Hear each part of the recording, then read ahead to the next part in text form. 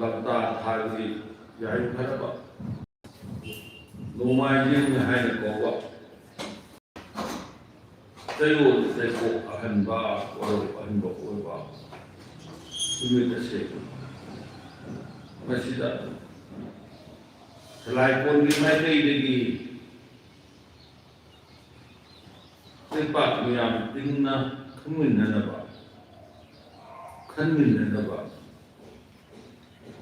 ꯌꯥꯋꯥ ꯄꯔꯝ ꯑꯃꯇꯪ ꯄꯨꯗꯨꯅ ꯂꯥꯛꯆꯕꯅꯦ꯫ ꯑꯁꯣꯏ ꯑꯔꯥꯟ ꯊꯣꯛꯄ ꯁꯣꯏꯁꯤ ꯂꯥꯟꯈꯤꯕ ꯌꯥꯎꯔꯛꯄ ꯃꯌꯥꯝ ꯄꯨꯝꯅꯃꯛꯅꯅꯦ ꯂꯩꯄꯥꯛꯇꯨ ꯉꯥꯛꯄꯤꯔꯝꯃꯣ꯫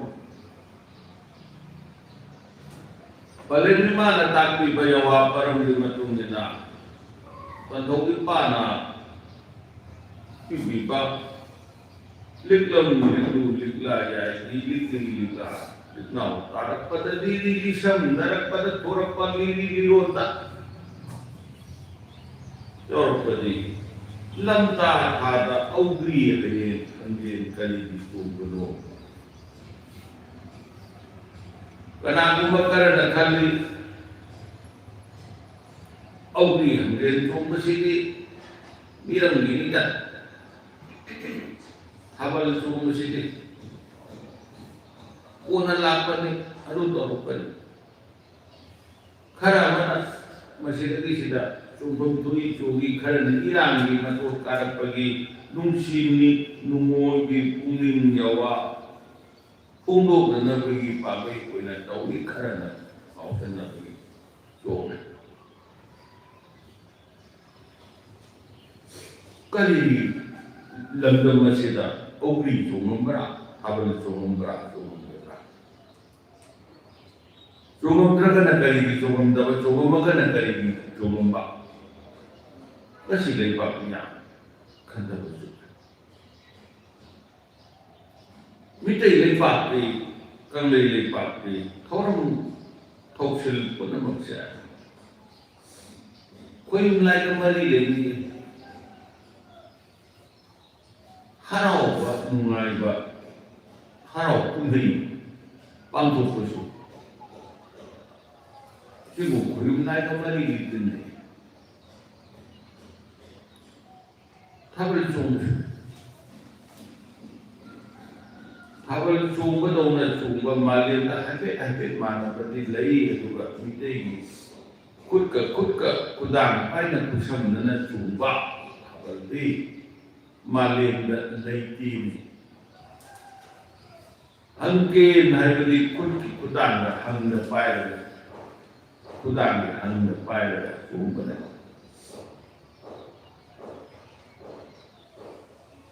ꯊꯥꯕꯜ ꯆꯣꯡꯕ ꯍꯥꯏꯕꯁꯦ ꯑꯉꯟꯕ ꯃꯇꯝꯗꯒꯤ ꯂꯩꯔꯤ꯫ ꯈ꯭ꯔꯤꯁꯇ ꯆꯍꯤ 1000ꯒ ꯈ꯭ꯔꯤꯁꯇ ꯆꯍꯤ ꯂꯣꯟ ꯑꯍꯥꯟꯕ ꯐꯥꯔꯁ ꯁꯦꯟꯆꯨꯔꯤꯒꯤ 33 AD ꯅꯣꯡꯗꯥ ꯂꯥꯏꯔꯦꯟ ꯄꯥꯈꯪꯕ ꯇꯨꯀꯨꯞꯂꯤꯛ ꯂꯤꯋꯥꯏ ꯂꯝꯒꯤ ꯅꯤꯡꯊꯧꯃꯆꯥ ꯃꯍꯥꯛꯅ ꯐꯝꯕꯥꯜ ꯀꯥꯕꯗꯁꯨ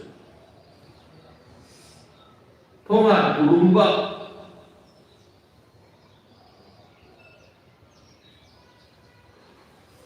ꯏꯄꯨ ꯀꯔꯝꯕ ꯏꯄꯨ ꯁꯨꯀꯨꯅꯨ ꯍꯟꯗꯕ ꯑꯣꯏꯈꯤꯕ, ꯀꯔꯝꯕ ꯏꯄꯨ ꯅꯤꯡꯊꯧꯒꯤ ꯊꯧꯒꯜ ꯐꯪꯈꯤꯕ, ꯄꯦꯅꯥ ꯁꯩꯑꯣꯡ ꯆꯠꯈꯤꯕ, ꯆꯩꯍꯤꯡ ꯆꯤꯡꯈꯤꯕ ꯏꯄꯨꯅ ꯑꯧꯒ꯭ꯔꯤ ꯁꯛꯑꯦ ꯍꯥꯏꯕꯒꯤ ꯂꯤꯔꯣꯡꯁꯦ ꯆꯩꯊꯥꯔꯣꯜꯒꯨꯝꯕ ꯌꯥꯎꯋꯦ꯫ ꯅꯤꯡꯊꯧꯔꯣꯜ ꯂꯥꯏꯔꯤꯛꯁꯤꯡꯗ ꯊꯦꯡꯅꯩ꯫ ꯑꯗꯨ ꯑꯣꯏꯕ ꯇꯥꯔꯒꯗꯤ ꯑꯉꯟꯕ ꯃꯇꯝꯗꯁꯦ ꯊꯥꯕꯜ ꯆꯣꯡꯕ ꯍꯥꯏꯕꯁꯤꯗꯤ ꯂꯣꯟꯅꯧꯒꯤ ꯃꯈꯥ ꯇꯥꯔꯛꯄꯅꯤ꯫ ꯃꯊꯛꯇꯗꯤ ꯑꯧꯒ꯭ꯔꯤ ꯍꯪꯒꯦꯟ ꯆꯣꯡꯕ ꯍꯥꯏꯕ꯫ ꯑꯧꯒ꯭ꯔꯤꯁꯤ ꯀꯔꯤ ꯍꯥꯏꯅꯣ ꯍꯥꯏꯕꯁꯤ ꯇꯣꯉꯥꯟ ꯇꯣꯉꯥꯟꯕ ꯑꯈꯪ ꯑꯍꯩꯁꯤꯡꯅ ꯇꯣꯉꯥꯟ ꯇꯣꯉꯥꯟꯕ ꯋꯥꯍꯟꯊꯣꯛ ꯄꯤ ꯈꯔꯅ ꯀꯔꯤ ꯍꯥꯏ ꯑꯧꯒ꯭ꯔꯤ ꯍꯥꯏꯕ ꯅꯠꯇꯦ ꯑꯧꯔꯤ ꯍꯥꯏꯕꯅꯤ ꯑꯧꯔꯤꯒꯤ ꯊꯧꯔꯤꯅꯦ ꯂꯥꯏ ꯍꯔꯥꯎꯕꯗ ꯑꯧꯒ꯭ꯔꯤ ꯆꯣꯡꯕ ꯑꯃ ꯌꯥꯎꯏ ꯊꯧꯔꯤ ꯄꯥꯏꯔꯒ ꯆꯣꯡꯒꯗꯕ ꯑꯗꯨꯅ ꯊꯧꯔꯤ ꯄꯥꯏꯔꯒ ꯆꯣꯡꯕꯕꯨ ꯑꯧꯔꯤ ꯆꯣꯡꯕ ꯀꯧꯏ ꯑꯧꯔꯤ ꯍꯟꯗ꯭ꯔꯦ ꯀꯧꯏ खरना है औरी है बनते उकल ली है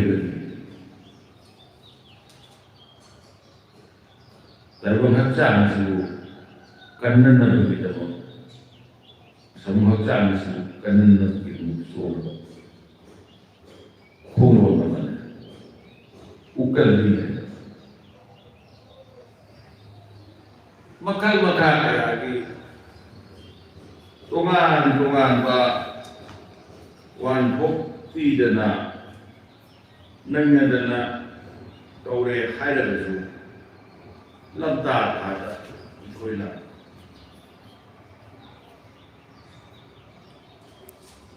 auri hanne rom pada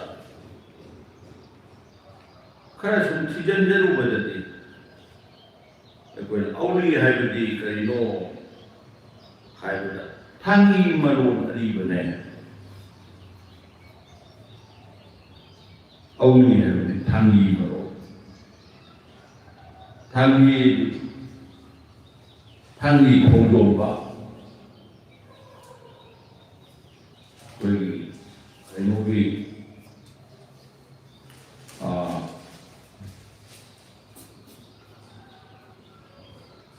खोनाम की Panggamba, jenuh panggamba di mapau itu. Aduh ni, tangi kumdoba kainan juga. Tangi marut adi budak, auli ni dari hari hari, mangal auli hari. Oh hari mangal mari hari, auli hari. Mesti ni sisi ke se I orang kontor mesti wantor lagi. Aduh ni, amam tu ni muda, au hari ni mangan. Aduh na, mangan mari ni auli hari saya. Kali ni mangan mari no hari ni. Koro ba ipana masih menganai na thorak pada malim dalai ba acat dalai pali bersingse isa lai da anan khai da cat mana na mengadu pa matau likam likul adu gumadana kangai lai pa kangai lam sa Kanglai dalam sida, lagi ba mian sin, mijan sin, mayam su, lagi ba kini tahu guna pembak ark pada, ini tahu nak kilatik naya nak kau dalu, lagi ba mian tercak mana nak bio kayu kita, makta, tukuplik na nungda lain pakan berkau na pembak ark pada. Pengatur kena auri saja. Lalu na, auri dah, auri mu ku ulu, kun biu he. Mengalir na kun biu, mengalir di mana lepas mian, tambiu he. Auri ada di tangi merol ali. Ini mengalir. Karena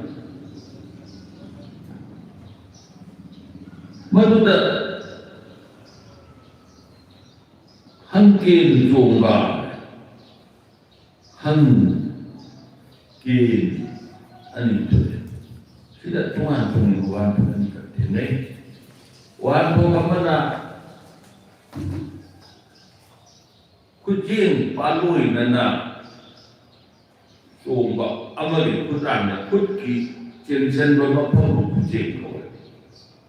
Kutki jensen mamapam niya hangnay ko siya jensen mamapam hangnay. Adun na bayar sumba na aduna kucing paluy na bago hangkin na ba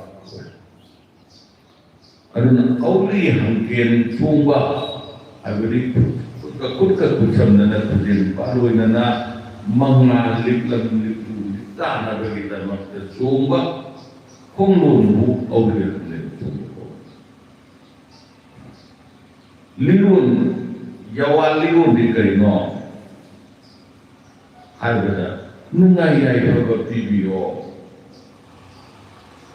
아따따감 레이타 바마색 mga kuro bagi mga naturok pada lepa kiyam na nugaiyay pada akiba kago mamma kumadana lagi bitaret ay punto taret ki kutka sandana kut sumga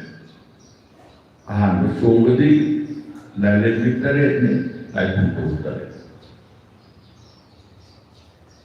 aduna anilu sumnaragana nung parang naman ang saan matagagi hanggi kayo tayo magsang na hangga sila sumabat sa kamay tawid humang tayo habang sumak ka na humang tayo tawag sumak ka humang ay pwede tayo magsang di ahin ba mahusin ko mangan mo humang ano na humang tanang tawag sumasin ayan na natin. Ano ni tayo magsang di mahimayay ahin mo mangalat ko humangin ano na suong nga ba matanda suong ba yung wakat ko ay gato madugi suong kalat pa matanda patag ahin mo kilan giri mangan giri sabihan kito humangta suong ko siya kalingin auligi ko'y umatik mayay ko, hangabali na pataba na yung magmayan mo, manghalin. Wapang mamada na, kutka pa na sungang kududa. Manuli, ipuli, kuyum lagi, para mga sungan, kaligin ng bida na sungan. Tawang sungan. Ki matang na sa ikaw ni mga ngi matang na sa ikaw ni numi thora ka na sungay ayo ka sungay kari hinda na sungay tapal sungay mitay ki thorong muli mag tabang na tawag tagang balik ni thadi ka na no malir layin na hindi lay silen lay kun na bigi ahan mapapari ne ahan ba pakan ba ay budi loy tam thad magi mamanda kanabu ba amat lay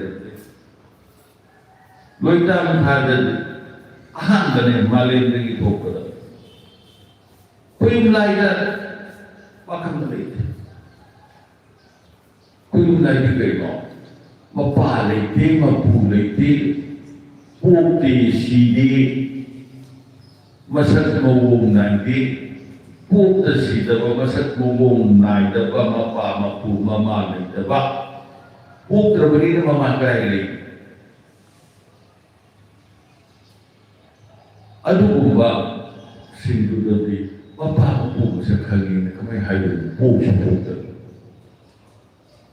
ꯑꯗꯨꯅ ꯆꯤꯡꯃꯨ ꯈꯣꯏꯌꯨꯝ ꯂꯥꯏꯁꯤꯡꯗꯤ mapa mapulai dini, mapa mapulai debeli cimu kuyu lai di pakan berbeda. Kasih kau nak pakan ba, hai sih. Ahan ba pakan ba, malin belisan dapne, malin belisan dapati, karena no, thaj. Ai kau ni loi na dana leba, tam na leba, loi na ba, aduku. Aikoy irat tadi yaw daw. Kali hiloy na rin no. Aikoy lichat sadat thoram no. Panak na mahakaloy na dananay ko. Mahaki mami, mahaki mangal, mahaki sidhar, mahaki pangkat na pada. Miyo bagi wakan lo sing malay na. Kung na naglilisan na ba? Ano butang na nila?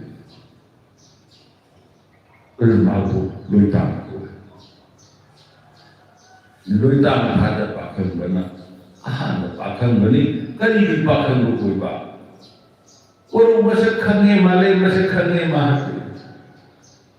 Orang mapa di mangan orang malay lima ada, lagi ba. Mapa ni mengumadu masusin aja terlingi pari ba. Kawai kapag masinda, mengalir ini. Koro pagi mengago, mengundak paglaga, mapagi mengado, malila pun jelko tapal kau ini. Aduna, ay kau ini jadi berlisan kuli macam, karena akibatun ilino, bertahan pada itu benar. Aduna, mitena. Tabalda Toronto Tabalda Rome Toronto When Tabalda Toronto is tidy Kaino Hamilton Pagi Pugi Kudubi Aruna Tabal Gilino saying Kaino Mapaki Matan Inbanelli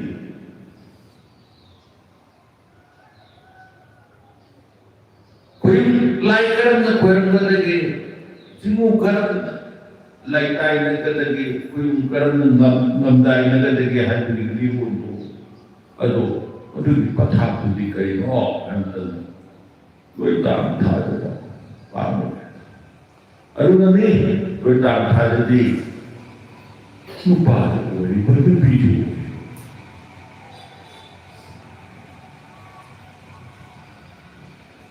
Ihi lene, ihi mahi, horop len, atul. Ihi len thasa pakan ba. Paling na malen kumag na tayo bang likla di kuyay kurapi, mahatan lakar na di. Napi simbi uri pan amat tahu kudu maroy ka. Ano kumbi pada imani kanano mayami pore ini thare na kumbi pada imani. Wala ta. Amo balun sarsada kana. Mite yungaw na sanaga kungaw ni. Ano Matuki paling da kari tahu da cuma mitena awli hanke cuma bisa nungai jadi yai terjadi ay koi dalam mahi mayai patah bersimbo keman biro mangan biro tinggi pelai petinam pelai apa turai giri jalan bawa anak tahan ba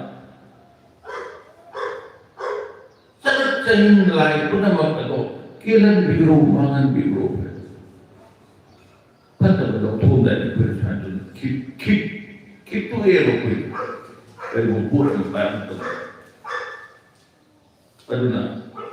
Wad ba ito na sa mga saan nagiging kito pa niya, kumaro ba yung nagkini pa niya.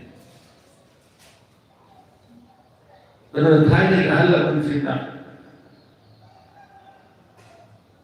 Habol ka na iso mo ba? Sumama ba ito?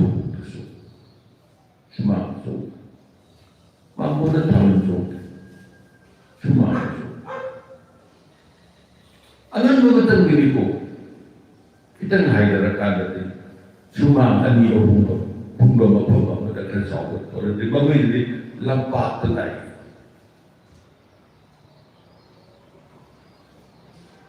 Kaya papo ka na sabang ugo mo kaya sa ugo. Mo. Yan hanti. Sumama ito. Sumama kanino. Sumama matubong mayay sendong pa. Miuri, mitis, tawag to kumatanda. Sinukuyo na tawag to kumatanda. Sumama matubong. Tawin. Sumama matubong. Tayo kung lihay ba, kung na mag-share, katay na mga shoot na mga sumama na rin. Ano na? Aroy ba? Tayo kung aroy ba? Tayo kung taway na. Aroy ba magputi ka na ano, kanino ay ba? Saan mo siya? Saan mo siya? Sumama. Kaya na rin mo sumama, malimlik din lang. Pero na,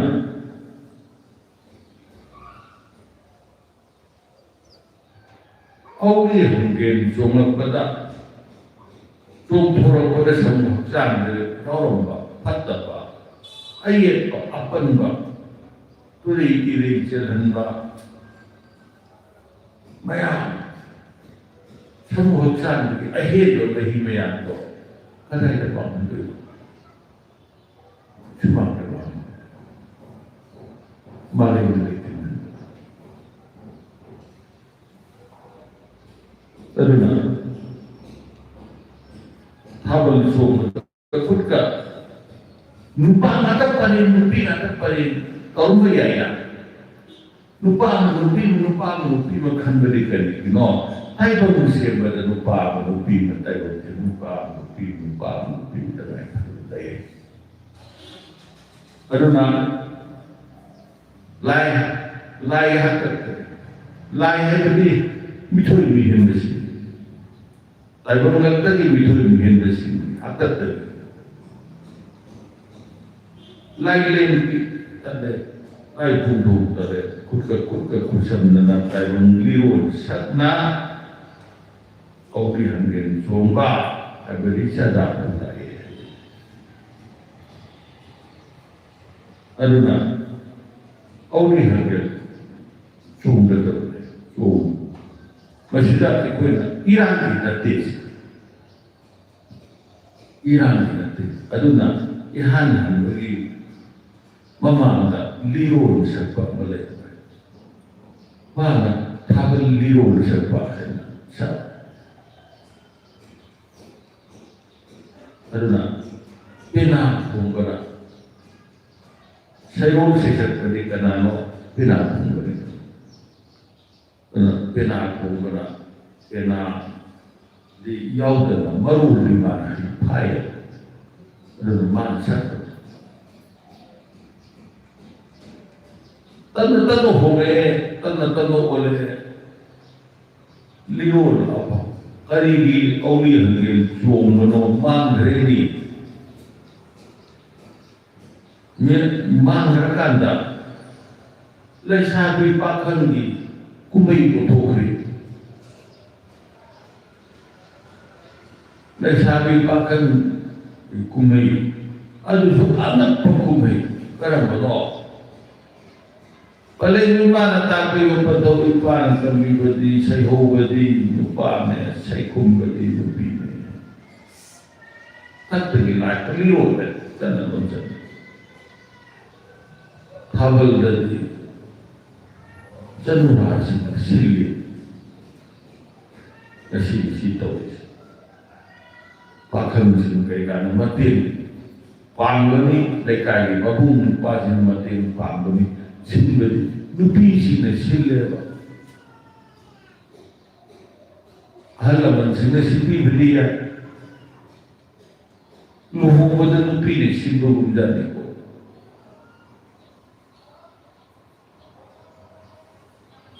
nupi na udu barikan pun rujung bunda ada nupi na saya tolong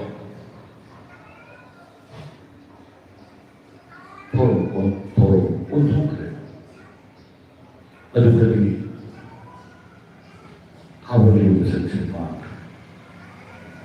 ada nak lupa na saya orang kan lebih dari saya cuma kata tu Allah menjina likun sana dah Allah menjina bapa ke sana lagi lupa lebih sih macam macam itu aduh macam likul habisnya sumang kumai nate mampu ni kumai ne mampu ni thoron ne mampu ni kendung gangi sumang ni thawal ni thoron alu na akan da maya misal na thoron to nasibi ay sabi pakang ni thoron bon gre madu nupi sina ko thoron nung sinungon ke parang da sana ko lupa na sa hoga do nupi na sa hoga do kung mugi mana ka layangan payah na sa para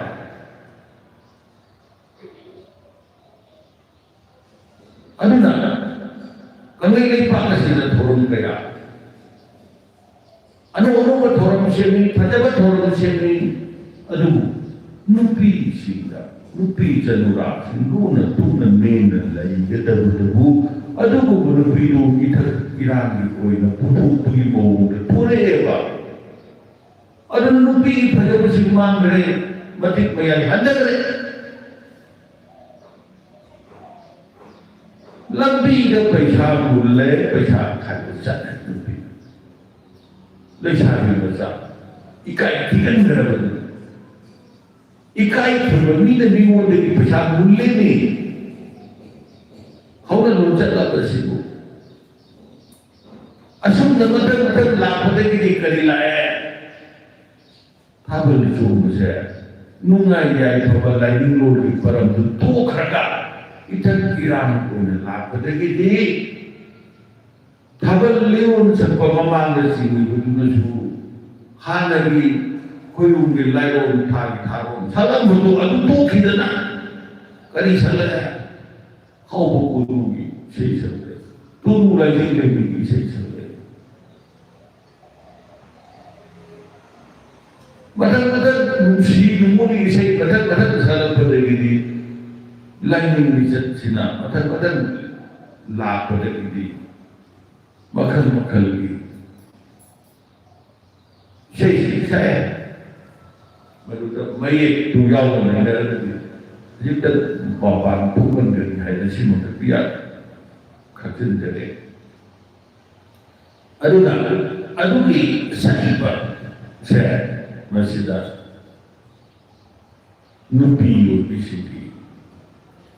Hajaba minta lepak dah maka pun dengan lu dan lagi jadi nupi sini maka pun beri masa kamu ulang persen masih yang satu pembayaran. Aduna, orang yang cuma ni, anak pematah lagi, aduna, Allah menjina, matukar pematah dah, wakil dia ahen, wakuning dia ahen bersama jangan ahen, kau bukan. Lupa ada, orang nilai dia, lupa ada, orang nilai dia, lupa ada ani lagi. ꯂꯧꯊꯣꯛꯅꯕꯒꯤ ꯄꯨꯛꯅꯤꯡ ꯋꯥꯈꯜ ꯂꯥꯛꯁꯟꯅꯅꯕꯒꯤꯗꯃꯛꯇ ꯑꯧꯕꯤꯍꯟꯒꯦ ꯆꯣꯡꯕꯅꯤ ꯄꯨꯟꯁꯤꯗ ꯑꯌꯦꯠ ꯑꯄꯟ ꯊꯣꯛꯇꯅꯕꯒꯤꯗꯃꯛꯇ ꯑꯧꯕꯤꯍꯟꯒꯦ ꯑꯗꯨꯅ ꯌꯥꯋꯥ ꯄꯥꯔꯕꯁꯦ ꯈꯪꯅ ꯑꯩꯈꯣꯏꯅ ꯇꯧꯕꯤꯕ ꯐꯩ ꯑꯗꯨꯒ ꯅꯨꯡꯁꯤ ꯁꯩꯍꯧ ꯇꯥꯟꯕꯒꯤ ꯈꯛꯀꯤꯗꯃꯛꯇ ꯑꯧꯕꯤꯍꯟꯒꯦ ꯆꯣꯡꯕ ꯅꯠꯇꯦ ꯑꯧꯕꯤꯍꯟꯒꯦ ꯆꯣꯡꯅꯅꯕꯒꯤꯗꯃꯛꯇ ꯊꯥꯕꯜ ꯆꯣꯡꯅꯅꯕꯒꯤꯗꯃꯛꯇ ꯊꯣꯛꯂꯤꯕ ꯅꯨꯄꯤ ꯃꯌꯥꯝꯕꯨ ꯋꯥꯈꯜ ꯑꯃꯗ ꯈꯜꯂꯒ ꯇꯧꯕꯒꯤ ꯃꯑꯣꯡ ꯑꯃꯈꯛ ꯂꯩꯔꯤꯕꯁꯦ ꯑꯩꯗꯤ ꯂꯥꯏꯔꯤꯛ ꯂꯥꯏꯁꯨ ꯇꯝꯃꯗꯅ ꯃꯃꯥ ꯃꯄꯥꯅ ꯏꯟꯕ ꯅꯨꯄꯤ ꯑꯣꯏꯔꯒꯦꯅ ꯍꯥꯏꯕ ꯃꯤꯅ ꯈꯨꯇꯥꯡ ꯄꯥꯏꯈꯤꯕ ꯇꯥꯔꯒꯗꯤ ꯃꯥꯒꯤ ꯇꯥꯂꯣꯏ ꯁꯛꯏ ꯍꯥꯏꯅ ꯈꯟꯅꯔꯕ ꯃꯤꯇꯩ ꯑꯗꯨꯅ ꯑꯗꯨꯒꯨꯝꯕ ꯆꯅꯨꯔꯥꯁꯤꯡꯗꯨꯅ ꯈꯨꯗꯥꯡ ꯄꯤꯊꯣꯛꯇꯅ ꯅꯨꯄꯥ ꯊꯤꯕꯒꯤ ꯃꯆꯠꯀꯤ ꯋꯥꯈꯜ ꯃꯤꯠꯌꯦꯡ ꯑꯃꯗ ꯊꯥꯕꯜꯒꯤ ꯑꯧꯕꯤꯍꯟꯒꯦ ꯆꯣꯡꯕꯒꯤ ꯃꯁꯛ ꯑꯃ ꯁꯥꯒꯠꯂꯛꯄꯁꯦ ꯐꯣꯡꯗꯣꯛꯄ ꯐꯩ ꯊꯧꯔꯝꯅꯤ ꯇꯉꯥꯏꯐꯗꯕ ꯊꯧꯔꯝꯅꯤ ꯑꯗꯨꯅ ꯂꯥꯏꯒ ꯃꯔꯤ ꯂꯩꯅꯕꯗ ꯍꯨꯌꯨꯒꯤ ꯄꯔꯝꯗ ꯁꯟꯕꯨ ꯍꯛꯆꯥꯡꯒꯤ ꯋꯥꯈꯜꯒꯤ ꯄꯨꯛꯅꯤꯡꯒꯤ ꯄꯔꯝꯗ ꯂꯥꯛꯑꯒꯗꯤ ꯈꯨꯖꯦꯡ ꯊꯥꯗꯣꯛꯄ ꯅꯠꯇꯦ ꯈꯨꯠꯁꯝꯅꯕꯅꯤ ꯍꯥꯏꯕꯗꯨ ꯂꯥꯛꯇꯕꯅꯤ ꯅꯠꯇ꯭ꯔꯒꯗꯤ ꯅꯨꯄꯤꯅ ꯈꯨꯖꯦꯡ ꯊꯥꯗꯣꯛꯄ ꯅꯨꯄꯥꯅ ꯄꯥꯏꯕꯤꯅꯕ ꯇꯥꯔꯒꯗꯤ ꯍꯛꯇ ꯊꯥꯗꯣꯛꯄꯗꯤ ꯈꯨꯠꯁꯝꯅꯕꯅꯦ ꯅꯨꯄꯥ ꯅꯨꯄꯤ ꯈꯨꯠꯁꯝꯅꯕ ꯑꯗꯨꯅ ꯌꯥꯋꯥ ꯂꯤꯡꯒꯣꯜ ꯑꯁꯦ ꯂꯤꯊꯩꯅꯍꯟꯗꯅꯕ ꯍꯣꯠꯅꯕ ꯆꯨꯝꯃꯤ ꯑꯧꯕꯤꯍꯟꯒꯦ ꯆꯣꯡꯒꯅꯤ ꯆꯣꯡꯉꯝꯃꯤ ꯂꯥꯏꯔꯦꯝꯕꯤ ꯇꯔꯦꯠ ꯂꯥꯏꯄꯨꯊꯣꯡ ꯇꯔꯦꯠꯅ ꯇꯥꯏꯕꯪ ꯁꯤꯟꯊꯥ ꯄꯥꯡꯅꯕꯒꯤꯗꯃꯛ ꯆꯣꯡꯉꯝꯃꯤ ꯑꯗꯨꯅ ꯀꯔꯤ ꯍꯥꯏ ꯂꯣꯏꯇꯥꯝ ꯂꯝꯇꯥ ꯊꯥꯗꯦ ꯂꯩꯄꯥꯛ ꯅꯤꯡꯊꯧ ꯎꯞꯅꯕꯨ ꯈꯨꯠꯄꯥꯛ ꯇꯥꯕꯨꯜ ꯐꯨ ꯈꯣꯏꯃꯣꯝ ꯂꯥꯏꯅꯤꯡ ꯁꯛ ꯋꯥꯔꯤꯁꯤꯡ ꯄꯨꯟꯊꯣꯛ ꯀꯣꯏꯂꯧ ꯅꯣꯡꯅ ꯀꯥꯏꯂꯕꯁꯨ ꯅꯣꯡꯇꯥꯏ ꯏꯁꯩ ꯃꯥꯂꯦꯝ ꯂꯩꯅ ꯀꯥꯏꯂꯕꯁꯨ ꯂꯩꯀꯥꯏ ꯏꯁꯩ ꯑꯧꯔꯤ ꯈꯣꯂꯣꯟ ꯊꯣꯛꯅ ꯈꯣꯟꯋꯥꯏꯅ ꯄꯥ ꯑꯄꯟ ꯂꯤꯂꯣꯟ ꯂꯤꯁꯛꯅ ꯑꯧꯔꯤ ꯍꯟꯒꯦꯟ ꯆꯣꯡꯅꯩꯌꯦ ꯀꯣꯔꯣꯝ ꯅꯣꯡꯂꯣꯟꯗ ꯅꯣꯡꯈꯣꯡ ꯀꯥꯏꯂꯕꯁꯨ ꯅꯣꯡ ꯇꯥꯔꯛꯇꯕ ꯅꯣꯡ ꯍꯦꯟꯅ ꯇꯥꯕ ꯀꯣꯔꯣꯝꯂꯣꯝꯒꯤ ꯅꯣꯡꯈꯣꯡ ꯀꯥꯏꯔꯛꯄ ꯃꯇꯝ ꯃꯥꯂꯦꯝ ꯂꯩꯈꯣꯡ ꯀꯥꯏꯕ ꯍꯥꯏꯗꯤ ꯌꯨꯍꯥꯔ ꯍꯥꯕ ꯃꯈꯜ ꯃꯈꯥ ꯀꯌꯥꯒꯤ ꯂꯩꯅꯥ ꯊꯣꯛꯄ ꯑꯗꯨꯒꯨꯝꯕ ꯃꯇꯝꯗꯁꯨ ꯑꯧꯔꯤ ꯍꯟꯒꯦꯟ ꯆꯣꯡꯅꯩꯌꯦ ꯀꯔꯤꯅꯣꯡꯒꯤꯕꯨ ꯂꯣꯏꯇꯥꯝ ꯂꯝꯇꯥ ꯊꯥꯗ ꯑꯧꯔꯤ ꯍꯟꯒꯦꯟ ꯆꯣꯡꯂꯝꯕꯅꯣ ꯍꯪꯂꯕꯗꯤ ꯂꯥꯏꯔꯦꯝꯕꯤ ꯇꯔꯦꯠ ꯂꯥꯏꯄꯨꯊꯣꯡ ꯇꯔꯦꯠꯅ ꯅꯨꯡꯉꯥꯏ ꯃꯊꯣꯏ ꯀꯥꯅ ꯍꯧ ꯆꯣꯡꯅ ꯅꯨꯡꯉꯥꯏꯅ ꯂꯩꯕꯒꯨꯝ ꯇꯥꯏꯕꯪ ꯃꯄꯥꯒꯤ ꯃꯃꯣꯝ ꯑꯣꯏꯕꯁꯤꯡꯁꯨ ꯍꯧ ꯆꯣꯡꯅ ꯅꯨꯡꯉꯥꯏꯅ ꯂꯩꯖꯒꯦ ꯍꯥꯏꯖꯕꯅꯦ ꯈꯣꯏꯃꯣꯝ ꯂꯥꯏꯔꯦꯝꯕꯗꯤ ꯍꯔꯥꯎꯔꯛꯇꯅ ꯑꯐꯕ ꯑꯣꯏꯌꯦ ꯁꯥꯎꯔꯒꯗꯤ ꯐꯠꯇꯕꯤ ꯑꯣꯏꯌꯦ ꯉꯁꯥꯏꯒꯤ ꯈꯣꯏꯃꯣꯝ ꯂꯥꯏ ꯄꯨꯝꯅꯃꯛꯀꯤ ꯅꯠꯇꯦ ꯃꯁꯤ ꯑꯌꯥꯝꯕꯅꯦ ꯁꯥꯎꯔꯒꯗꯤ ꯇꯥꯏꯕꯪ ꯐꯠꯇꯦꯒꯦ ꯅꯨꯡꯁꯤꯗꯕ ꯃꯆꯥꯗꯣ ꯈꯨꯄꯥꯛꯅ ꯊꯥꯖꯤꯜꯂꯤꯅꯦ ꯅꯨꯡꯁꯤꯗꯕ ꯃꯆꯥꯗꯣ ꯊꯥꯡꯒꯠ ꯆꯨꯞꯇꯅ ꯑꯣꯜꯂꯤꯕ ꯊꯥꯛꯑꯣꯜꯂꯤꯕ ꯅꯨꯡꯁꯤꯈ꯭ꯔꯕ ꯃꯆꯥꯗꯣ ꯁꯥꯎꯔꯒꯗꯤ ꯈꯨꯄꯥꯛꯅ ꯊꯥꯖꯤꯜꯂꯦ ꯑꯗꯨꯅ ꯁꯥꯎꯔꯒꯗꯤ ꯐꯠꯇꯕꯤ ꯑꯣꯏꯌꯦ ꯍꯔꯥꯎꯔꯒꯗꯤ ꯑꯐꯕꯤ ꯑꯣꯏꯌꯦ ꯑꯗꯨꯅꯅꯤ ꯑꯩꯈꯣꯏꯅ ꯁꯔꯣꯏ ꯆꯊꯥ ꯄꯤꯔꯛꯄꯗꯁꯨ ꯃꯥꯒꯤ ꯃꯆꯤꯟꯖꯥꯛ ꯄꯤꯔꯀꯥꯟꯗ ꯅꯪꯒꯤ ꯅꯆꯤꯟꯖꯥꯛ ꯄꯤꯔꯛꯄꯅꯦ ꯍꯔꯥꯎꯕꯤ ꯃꯥꯕꯨ ꯅꯨꯡꯉꯥꯏꯍꯜꯂꯦ ꯍꯔꯥꯎꯍꯜꯂꯦ ꯍꯥꯏꯔꯀꯥꯟꯗ ꯐꯠꯇꯅ ꯈꯜꯂꯝꯕꯗꯣ ꯑꯐꯕꯗ ꯑꯣꯏꯍꯟꯅꯕꯒꯤꯗꯃꯛ ꯊꯣꯛꯂꯛꯏ